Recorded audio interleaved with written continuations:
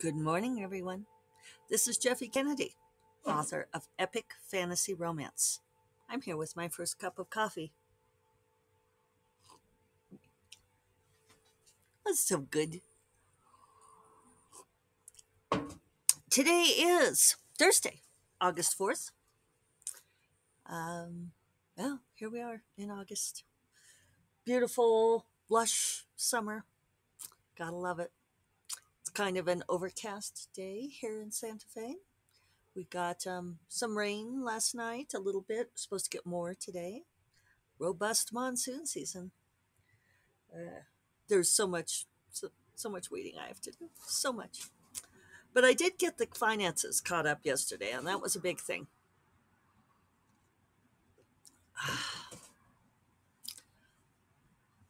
Yeah, sort of thinking about, and I also did a bunch of SIFWA stuff. Um, it's funny when we have conversations about things that we do to advocate for writers, right? It's a big part of our mission. Advocate for creators, really. We're trying to make that distinction, acknowledging that not all creators of science fiction and fantasy work in prose. But there's trying to figure out how I can say this. Sometimes advocating for publishers is not the same thing as advocating for writers. And I had a little bit of a back and forth with someone yesterday who didn't quite get my point there. It's not that I think that traditional publishers are against creators, but I think that they're on their own team. And that just because a publisher wants something doesn't necessarily mean that we should, as an organization, advocate for it because it may not be the best thing for the creators. And the person ended up saying something about how they thought that certain people had chips on their shoulders about traditional publishing or self-publishing. Which, okay, sure, some people do. But I wanted to say if that's directed at me, I'm not sure which shoulder I have the chip on since I do both traditional publishing and self publishing. And I think there are merits to both. But I also don't think that traditional publishers are going to take care of authors over their own interests. I think there's plenty of evidence for that. Anyway, that's a little bit of a tangent. It was just something that was on my mind. Um, yeah, so it was good. I got a lot done yesterday. I got my 2,000 words. I participated in a meeting. I got the finances totally caught up and the bills paid, which I had not done in a while. I still need to finish crunching royalties, but I'm getting closer. It was actually pretty awesome because I got my 2,000 words by 11:30 in the morning because I had an 11:30 meeting, and so I started slightly early, and I was feeling good, and I was pretty intent on getting as much done before that 11:30 meeting so I could like catch up whatever, and then I got them all by 11:30. And I know I keep saying it. If I can get my words by noon, I am just a happy camper. It just makes all the difference for me. When I'm still trying to get my words at 1 or 2 in the afternoon, no. I just don't like it. Doesn't work for me. So some exciting news that I realized I forgot to mention, and it sort of became this is like a last minute thing. And I saw Megan last night and the delightful Charlie. We had frose, which was perfectly fine. And if you don't know that joke, you're gonna have to go back some podcasts or just accept it. It was delicious at La Casa Sena in Santa Fe in the courtyard. Ended up being a gorgeous evening. I thought it was going to be too rainy, but it was a perfect evening. Didn't rain at all. And skies cleared out, so it was a lovely, peaceful evening.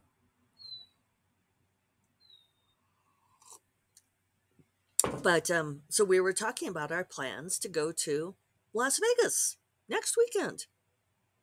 Jeffy, you may say, we did not know you were going to Las Vegas next weekend.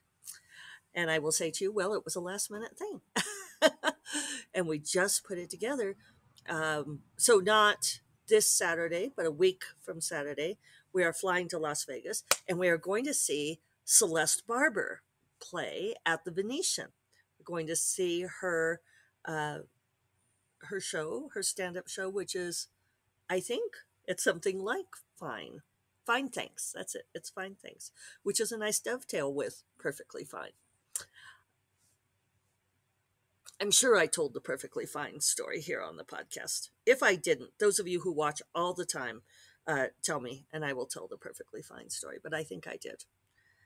So I've told it to a number of people, so I may not remember where I've told it. But it's my favorite hashtag now. So yeah, Celeste Barber's playing at the Venetian, her Fine Thanks American tour. She's an Australian comedian. If you don't know her, she's hysterical. Megan introduced me to her on Instagram. She does these wonderful send ups of the, like the ridiculousness of the things that people post to Instagram trying to show off their bodies, being all airbrushed. And she does like the real woman version of them.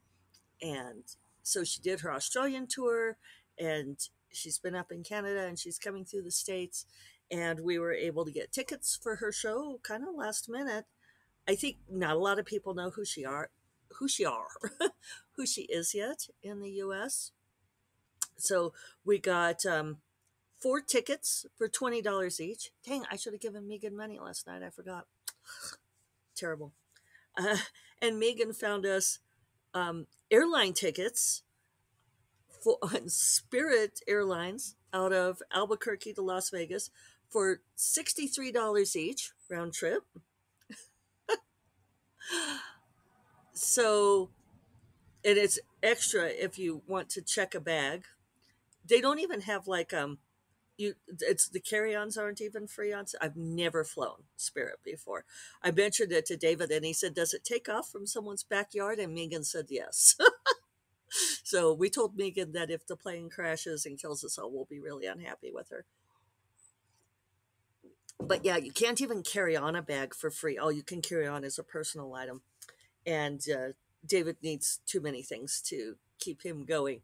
So I paid like $40 to check a bag. So that means we're flying round trip for $200. And our tickets between the two of us are $40. And we got free rooms at the Venetian from David's account. They comped us two free nights.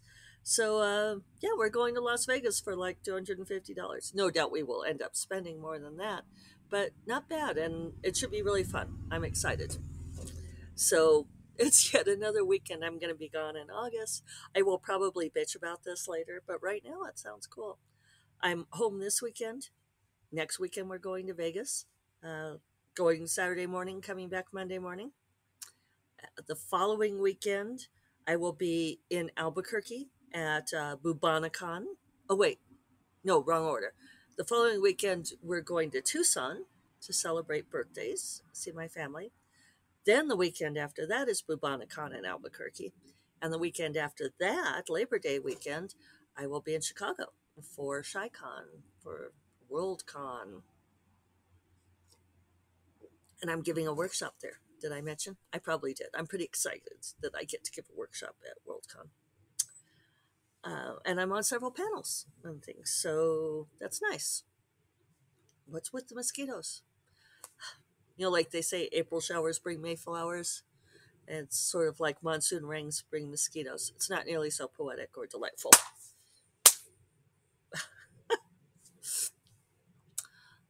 Sorry for the clapping if that was startling.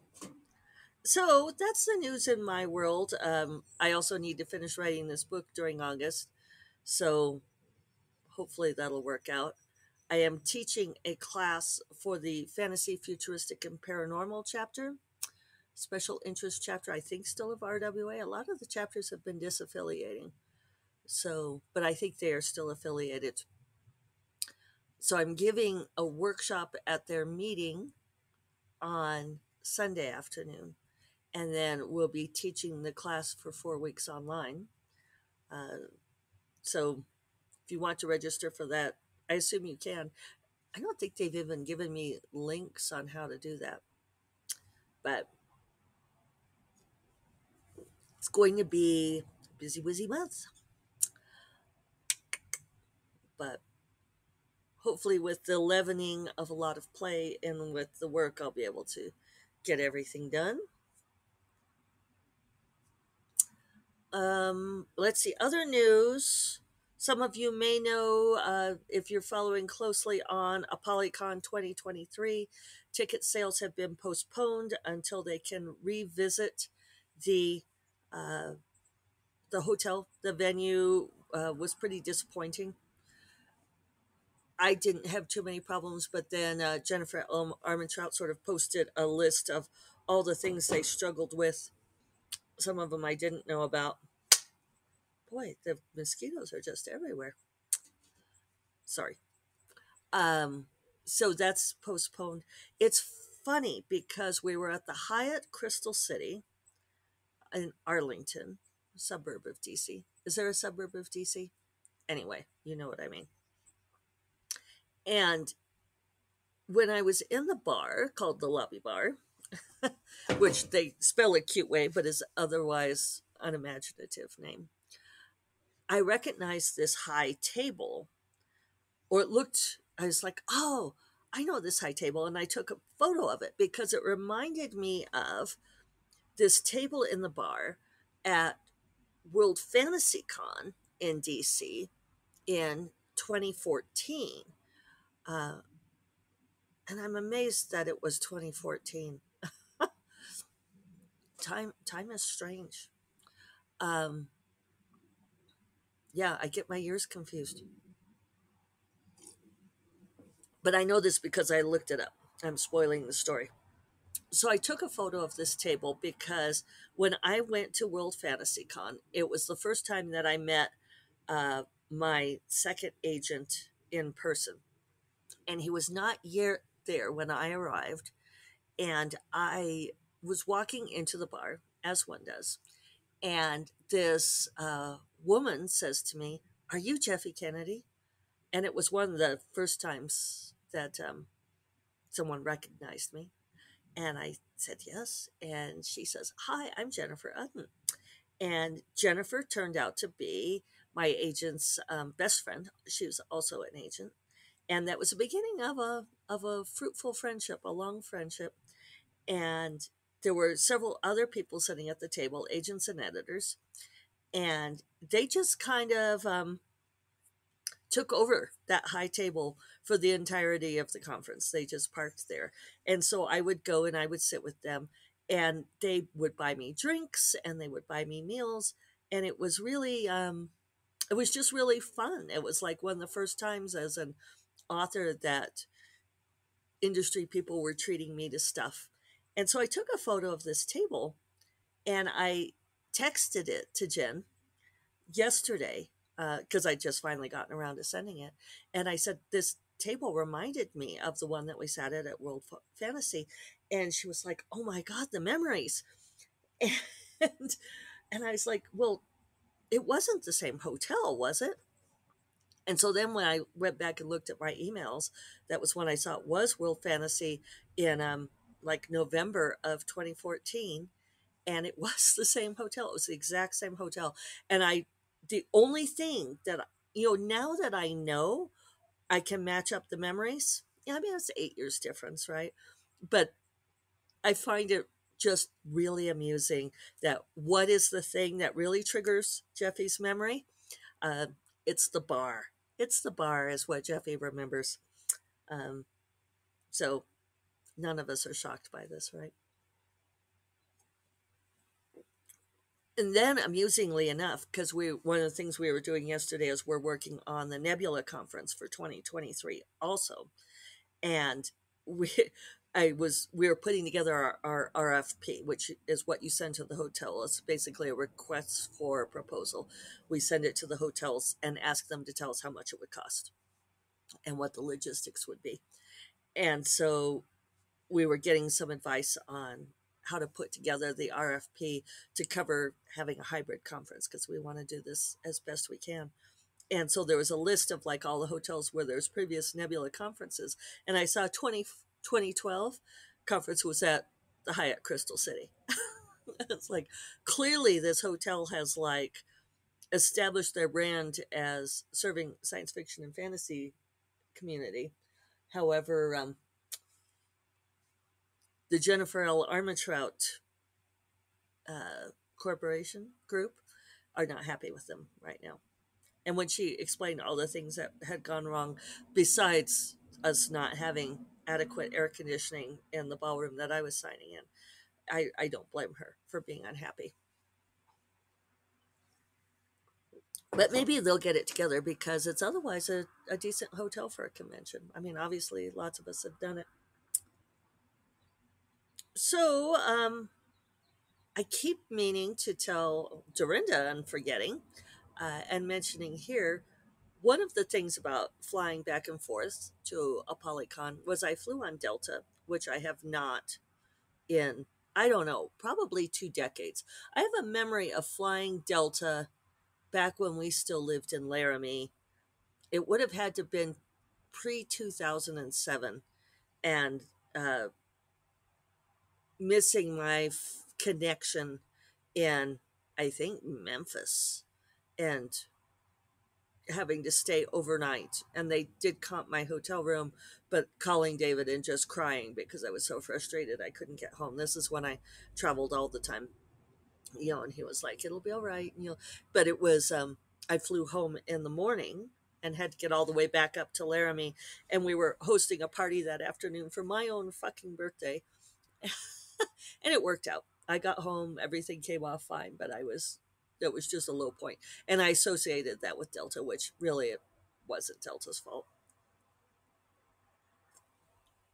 I remember a ticket agent being very kind to me because I was probably just incredibly stressed and exhausted. And it was like, I just want to go home. I always try to be nice to the ticket agents because it's not their flipping fault, right? So, why was, oh, flying on Delta. So I flew on Delta for reasons. I had a, here are the reasons. I mean, they're not important, but it was because I had been going to go visit uh, Kelly Robson in Toronto last January, and that was Delta was where I could get a decent flight to Toronto. Was it a year ago, January? Oh well, and ended up having to cancel that trip because pandemic, and I think it was January 2021. So I had that flight credit, and I wanted to make sure to use it before it expired. So and it was a good way to fly into Reagan, which Hyatt Crystal City is right next to Reagan Airport.